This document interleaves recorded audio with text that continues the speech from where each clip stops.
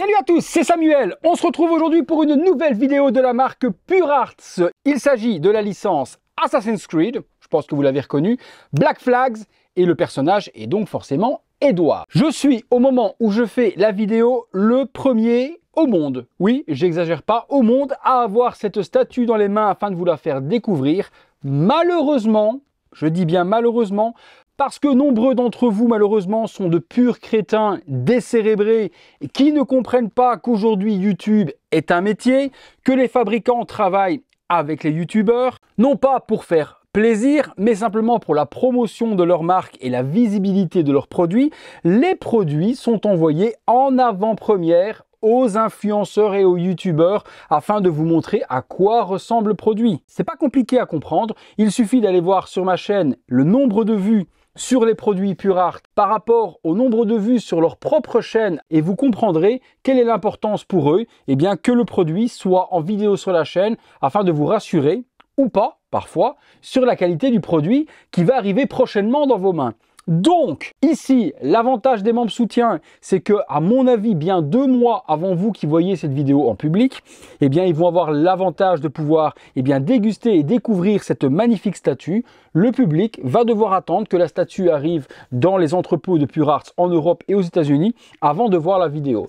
Vous remercierez les abrutis, parce que ça s'appelle vraiment ça, lors de la sortie de la vidéo de Pure Arts Michael Jackson. Vous avez été nombreux à aller insulter carrément Pure Arts parce que j'avais eu la statue pour vous la faire découvrir avant certaines personnes. J'ai trouvé ça complètement honteux, irrespectueux. Vous n'y comprenez simplement rien. Point final.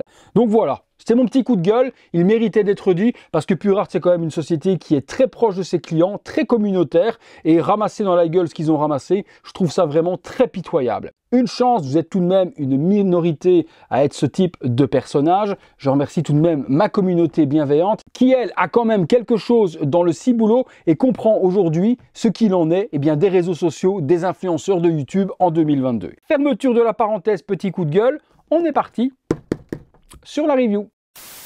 Visuel de la boîte, on reprend le logo Black Flags avec le crâne en plein milieu et le logo des assassins, une boîte noire qui se désintègre vers du vert typé couleur eau puisque c'est une des dominances de la couleur de la statue. Sur le côté ici, on retrouve purearts.com avec le continu. Sur l'autre côté, une boîte toute simple, noire avec la même chose. Et pareil ici, purearts.com. On retrouvera sur ce côté-là du noir le logo Assassin's Creed et Ubisoft. En dessous, juste les codes barres habituels. Est-ce qu'il y a la limitation dessus? Non, il n'y a pas la limitation. La version que je vous propose aujourd'hui est la version exclusive. Il y avait 500 exemplaires exclusifs et la mienne est la numéro 231. L'exclusive, c'était une broche life size que je vous fais découvrir tout de suite après. Bon, la boîte, comme d'hab, elle est super légère parce qu'elle est vide. Le policier est juste là. Je vous montre le contenu. Le contenu, on a le fascicule qui nous montre les étapes, moins complexe quand même que Eivor. Eivor, c'était quand même un truc de ouf à assembler avec tous les éléments. Ici, il y a 12 étapes. Nous verrons ce qu'il en est. Les piles à l'arrière, il y en a 6, toujours des double A. Donc, on pourra toujours alimenter la statue avec les fausses piles et les alimentations comme d'habitude. Boîte siglée Pure Arts comme d'hab sur le dessus. Les straps Pure Arts également pour bien cercler le packaging. Pareil là. Et on regarde le contenu. Alors, premier étage, c'est très bien emballé. Je n'ai à première vue aucun souci sur le premier étage. On retrouve les éléments tels quels. Énorme drapeau. Regardez le drapeau par rapport à ma main, on va halluciner. Partie de la proue du bateau, des vagues, un mât. Je suppose que ça doit être le mât. Je vois des guns également à venir mettre dans la ceinture. Ok, la petite broche life size pour l'édition exclusive est juste là. On la découvrira ensemble. Deuxième étage, on retrouve la base. Le personnage, des vagues, des morceaux de bateau encore une fois. Et puis là-bas, je pense que ça va être une partie de la partie cuir de notre ami Edouard. Eh bien écoutez, on monte tout ça? Allez, on déguste, c'est parti. On est parti pour le montage. Avant de commencer la vidéo, comme d'hab, un énorme remerciement à l'équipe de Pure Arts, que ce soit son PDG Hugues Martel ou l'équipe d'Anne, Mélissa, Nicolas et Arnaud. Un énorme merci à vous de faire confiance à la chaîne depuis de nombreuses années afin de promouvoir les produits sur cette dernière. Merci à vous. On commence sur la base. Il y avait 1500 exemplaires pour la version régulière et 500 exemplaires pour la version de luxe. Nous avons la Splash Edition qui se trouve juste ici. Donc c'est le petit symbole d'éclaboussure de peinture sur lequel il y a votre numéro de série. C'est la 231/500 pour la mienne. En dessous, qu'est-ce que l'on retrouve? On retrouve le petit logo, hop là, Black Flag, Assassin's Creed, Animus, Edward, exclusive édition 231 sur 500, et puis un joli petit sticker dans les tons de la statue. La statue se présente sur l'avant comme ceci, elle reprend forcément la proue. J'aurais plus tendance à penser à l'arrière, mais c'est vrai qu'il est compliqué de comprendre le sens de ce bateau. Bon, toujours est-il que ça se présente comme ceci, le personnage va venir se mettre par devant. On a le nom du bateau qui se trouve ici, qui est cassé. Superbe réalisation. Le bois, on sait que Pure Arts le gère à merveille. Le compartiment de piles, je viens de voir qu'il se trouvait juste ici pour venir y ranger les 6 piles. On les mettra tout à l'heure. C'est bien dissimulé dans l'espèce de roche. C'est parfait. Franchement, rien à dire, on ne le voit pas. Le bouton, j'ai vu qu'il était dissimulé également ici, de la proue du bateau. Hop, on aura le bouton on-off juste là, toujours dissimulé dans le décor. Ça, c'est une des spécialités de Pure Arts. Les aspects ornements or, très bien gérés aussi. Bois, je vois pas mal de petits light-up partout. On va voir ce que ça va donner. On est parti pour le montage. Je garde sur le côté mon petit manuel pour savoir où je vais mettre les éléments. Alors, commençons par la résine translucide. D'un effet bleu-vert avec de l'écume magnifique. Franchement, la résine est transparente, bien peinte, sublime.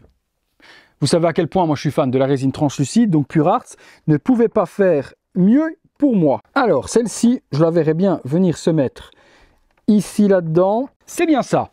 Une deuxième se trouve juste là. Même effet, bleu d'eau, océan, écume. Bon, celle-là, elle viendrait bien se mettre là également. Donc l'éclaboussure des vagues de la mer qui vient fracasser sur l'épave du bateau. Après avoir mis ceci, on vient chercher la sculpture frontale qui va venir s'insérer sur le bateau. Donc c'est un personnage qui soutient quelque chose. Très beau aussi, tout en bois avec une petite vague qui vient ressortir du perso. Numéro 3. Ah, il y aurait des numéros 1. Ok, je vois les numéros. Effectivement, il y a des numéros sur la base. Je devrais pouvoir m'en sortir, peut-être sans le manuel. Je dis ça, je dis rien. Numéro 2 ici. Ok, numéro 3 ici. Ok, celui-ci vient se mettre juste là. Et il vient supporter, ah ouais c'est joli quand même, quoi. Ça finit pas mal. Hein. Il vient supporter du coup le bateau en le soutenant de la sorte. Ensuite on passe sur une des pièces les plus magistrales quand même de ce diorama de ouf au niveau de la base. C'est cet énorme canon qui est, j'aurais tendance à dire, non, en métal non, il est en résine. Il est froid mais il est en résine. Petite partie ici également flexible pour la mèche qui allume le canon. Les petits rouages, les petits bois. Oh là là, ça c'est complètement ouf. Hein. Ça c'est complètement ouf. Alors il y a un énorme carré. On ne devrait pas se planter sur l'endroit où il doit se mettre. Mais par contre, bah ouais, je vois bien comme ça. Ben voilà. Forcément, je le vois aimanté de la sorte. Oh oui, c'est un gros aimant. Hein. Sur la base, je vais la ramener par ici, la statue. Je vais reculer moi un petit peu parce que ça va être complètement dingue. Regardez-moi ça.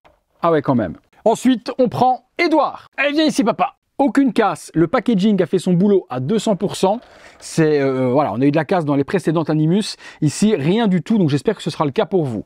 On est parti sur Edward. Donc il est à assembler avec pas mal d'éléments. Il a son pied forcément qui est appuyé sur la proue du bateau. Le costume, comme d'hab, est géré de ouf.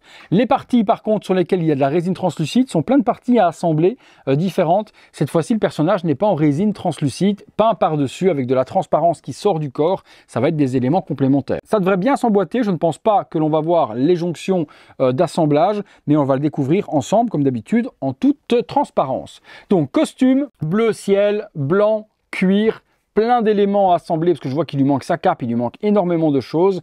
Le visage de Edward est plutôt joliment fait.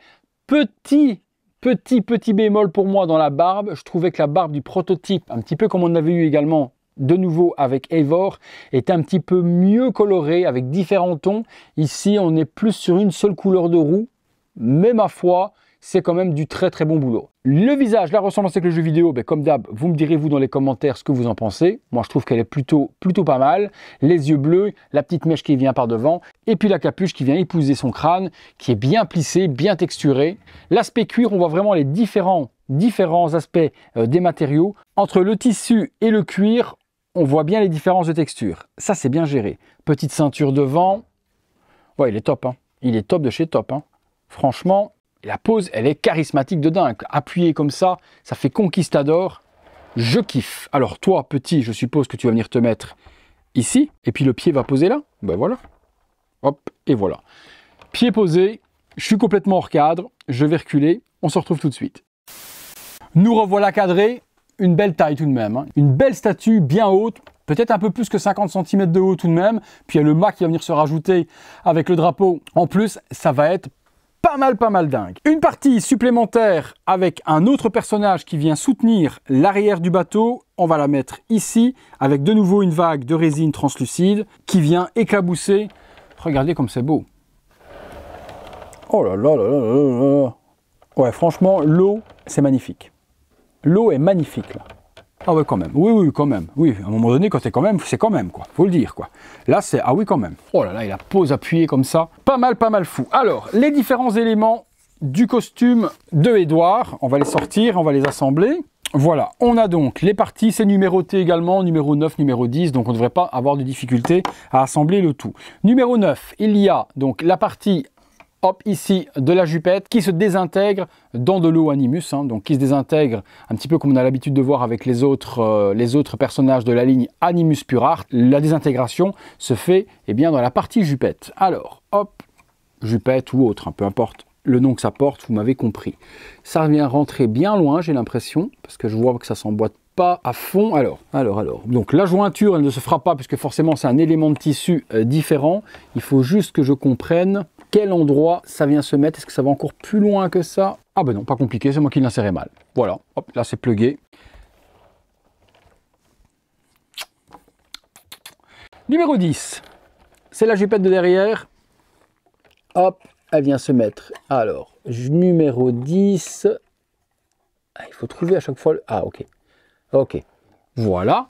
Numéro 11, pas de vague ni quoi que ce soit sur le personnage. Ici, hop, juste des morceaux de vêtements supplémentaires qui ont été designés à part pour ne pas avoir de la casse dans le transport. Et je comprends, quand je vois Altaïr, malheureusement que j'avais reçu moi cassé, que j'avais recollé, ils me l'ont remplacé en plus plus rare. Merci à eux pour la réactivité. Donc tout ça séparé, c'est mieux, sinon ça aurait pu éclater vu la finesse de la résine dans le transport. Donc on continue, la grande toge, cape, pas trop comment s'appelle cette tenue de pirate, de Édouard sur le bas, regardez-moi là.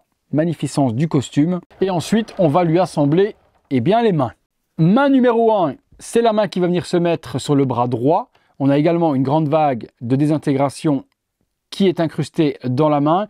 Et puis une main très jolie au niveau des textures également. Toujours une peau sublime qui, elle, va tenir le sabre de Édouard. Alors, hop, ça s'emboîte parfaitement.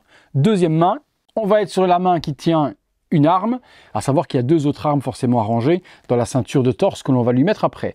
Belle gestion du bois également dans l'arme. La partie du dessus est super bien travaillée pour avoir vraiment les dessins de l'arme d'Édouard, la crosse détaillée avec le visage également. Ouais, quand même, hein. La main toujours aussi sublime. Hop, ça rentre tel quel. On a deux autres guns supplémentaires, donc deux flingues comme ça, que l'on va ranger dans la partie de sa ceinture torsale, hein. On continue l'assemblage, la cape de cuir de la veste d'Édouard qui se désintègre une fois de plus dans de l'animus vert. Très belle gestion aussi au niveau des textures et des matériaux. On a l'impression que c'est du cuir, bien fait. Ça vient se mettre juste ici avec le plug aimanté à l'arrière et ça donne un dynamisme et un volume.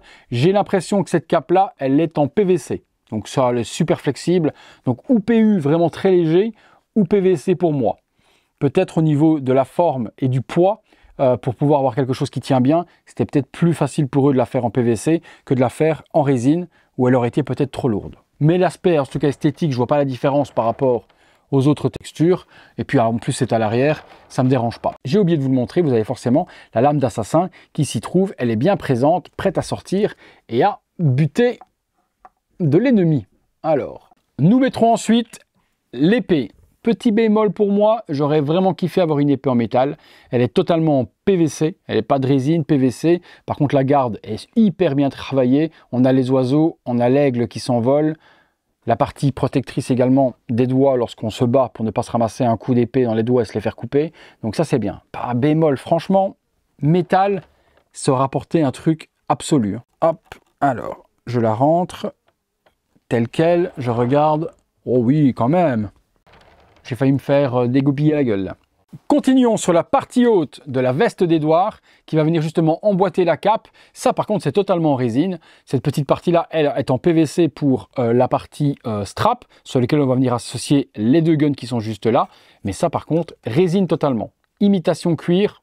La petite broche justement que l'on retrouve en life size, je vous la montre après pour la version exclusive, qui se trouve sur sa ceinture, est bien dessinée également avec la tête de mort. Alors, là je regarde de face comment l'assembler, pour pas faire de bêtises les poteaux. Hop, on l'emboîte tel quel, on vient emboîter ici également la ceinture dans le torse d'Edouard. Ok, bon là par contre il faut un petit peu tirer, ça me fait un petit peu peur. Ok, non ça passe, il faut venir passer la lanière par en dessous et puis il y a un aimant qui doit venir rejoindre par derrière pour maintenir le tout. Alors, voyons voir. Ça, c'est la partie la plus complexe pour moi. Ok, donc il faut passer... Ok, donc il faut venir rejoindre ici. Au niveau de la boucle, il y a un aimant. Donc il faut venir rejoindre l'aimant par là. Je regarde. Et puis, bah, ça va s'emboîter nickel. Ok, non, mais ça s'est emboîté. C'est parfait. Et là, derrière, ça vient se rejoindre. Alors, je pense peut-être même... Ah non, je me suis dit... Ah si, si. Il faut venir... clipser les deux petits embouts en téton dans le cuir. Bon, je me lève, j'arrive. Voilà, donc tirez bien très fort sur le PVC pour venir en fait clipser par-dessus. Vous avez un petit crochet afin d'emboîter et bien du coup la lanière convenablement en cuir ici sur le dessus. Et du coup, ben, ça vient tenir le tout en serrage et la boucle qui était là ne sort plus du tout du corps de Edouard. Ouh là là, quelle folie. On y range les guns. Alors, un vers le bas, ça rentre bien, c'est difficile, c'est pas difficile, je regarde. Surtout faire attention de ne pas casser la petite tige du gun.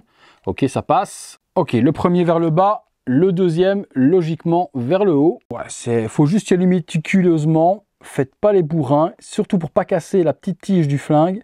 C'est surtout ça qu'il faut faire attention. Hop là, alors je vais me regarder de face, c'est passé. Aussi pour celui-là. Alors j'avais dans le souvenir, moi, que les armes étaient différentes.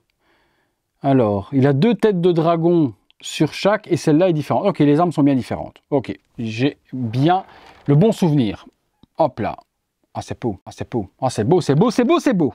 Bon, eh bien, on a bientôt fini de monter ça, mais il reste les parties les plus folles. Il nous reste la proue du bateau qui est ici à venir assembler avec le pegs. Alors, ah ouais, quand même, là encore un gros truc de ouf là. Alors, ça. La proue du bateau, ok. Bon, à mon avis, ça devait s'assembler avant. Je n'avais point vu. Alors, il y a une tige métal à enfoncer bien loin. Oh là là! Ah ouais, la face avant avec toute cette résine translucide, c'est ouf. Hein. Ah oui, ça c'est beau. Par contre, au niveau des light-up, je me demande ce que ça va donner. Parce que genre, ça va pas s'illuminer. Ou alors, j'ai pas vu la lumière. Ouais, c'est bizarre. Je vois les light-up, mais aux endroits où je vois les light-up, je vois pas de résine translucide. Je sais pas ce que ça va donner. On va voir ensemble. J'ai un doute là-dessus parce que là, ici, il y a des lights là, des lights là. Et là, par contre, il n'y a pas du tout de résine translucide. Du coup, je suis très curieux de voir le light-up sur celle-ci, les amis. Il me reste le mât du drapeau. Et là, c'est ouf. Là, c'est complètement ouf. Alors, la tige, grande tige comme ça, vers le haut. Ok, la petite tige vers le bas. Donc ça s'assemble ici. Trouver le pegs d'emboîtement. Bon, vu la taille du truc, je pense pas qu'on puisse se planter. Ce qu'il faut juste trouver, c'est dans quel sens ça rentre. Comme ça. Ok, ça rentre parfaitement. Ah ouais, par contre, là, je suis de nouveau hors cadre. À moins que le drapeau descende plus bas. Et le drapeau, alors là, c'est la Masterpiece of Competition. Voilà le drapeau Black Flags avec le logo, le crâne, le logo des assassins et une énorme vague de désintégration d'Animus qui se met à l'intérieur. Tout ça est en résine translucide peint en noir avec la partie du mât qui est juste ici. Oh là là là. Donc faut retirer, pull off, donc faut retirer la barre de fer qui est dans celui-ci puisqu'on va récupérer celle qui est. Donc ça c'est juste pour consolider pour que dans le transport ça ne casse pas. Donc ça vous l'enlevez et puis vous venez l'emboîter tel quel. Et si je dis pas de bêtises, eh bien ça va dans ce sens-là. Et là ça va être insane. Insane, c'est la cerise sur le gâteau de cherry on the cake. Hop là, hop là, hop là, hop là. Je regarde dans quel sens. Oh la vache. Oh. Ah oui quand même. Ah ouais, j'étais pas prêt. Je regarde. Ah ouais, je l'ai bien emboîté. Ah ouais, c'est comme ça. Ah ouais, c'est comme ça. Oh, j'étais pas prêt. Je recadre de nouveau, les amis. Ah ouais, j'étais pas prêt. Effectivement, je ne me rendais pas compte de la taille. C'est la plus haute actuelle. On verra ce que donnera Cassandra. Mais c'est la plus haute assassin jusque maintenant. Regardez-moi cette folie furieuse.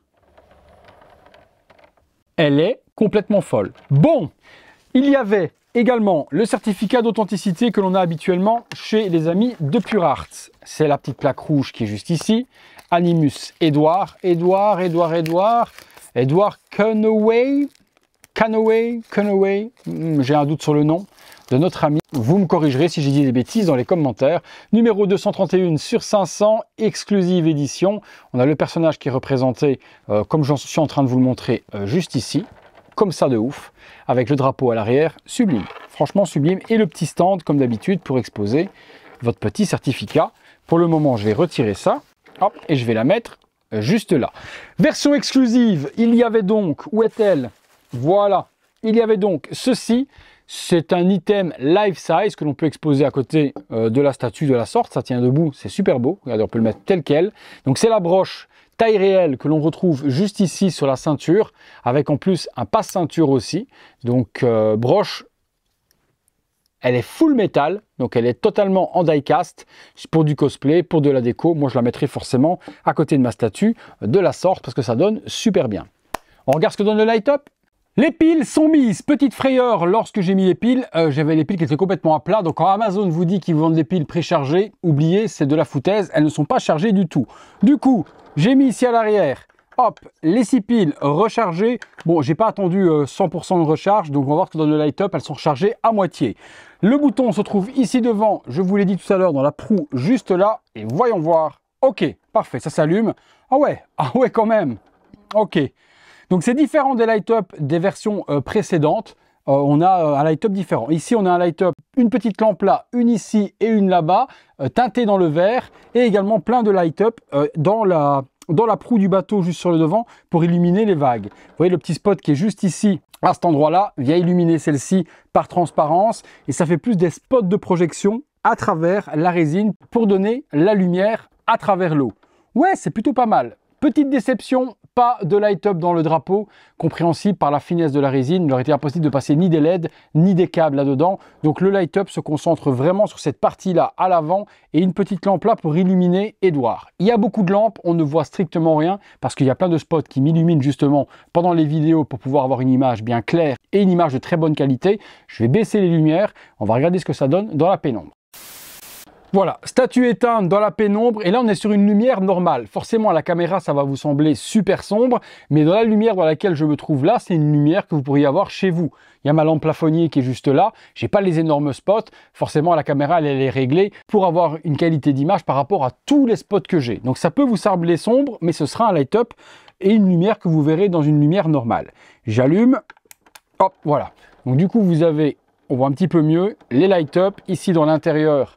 Toutes les petites lampes qui se trouvent là, vous les voyez également, qui viennent illuminer Edouard. On va faire le noir total pour voir ce que ça donne. Et puis également ici, toutes les vagues qui viennent s'illuminer. J'aime bien l'effet des light-up. C'est similaire à ce qu'on a avec les autres versions précédentes. Donc ça va bien aller dans l'homogénéité des autres statues. Je fais le noir complet. Voilà, on est presque dans le noir complet. Et on peut voir donc du coup la statue, ce qu'elle donne. J'aime vraiment le light-up qu'ils ont mis dans l'intérieur du bateau parce que ça illumine le canon. On voit les jambes de Edouard et ça fait un light-up vert également sur son visage. Propre, propre de chez propre. Franchement, un petit tour vite du propriétaire dans le noir.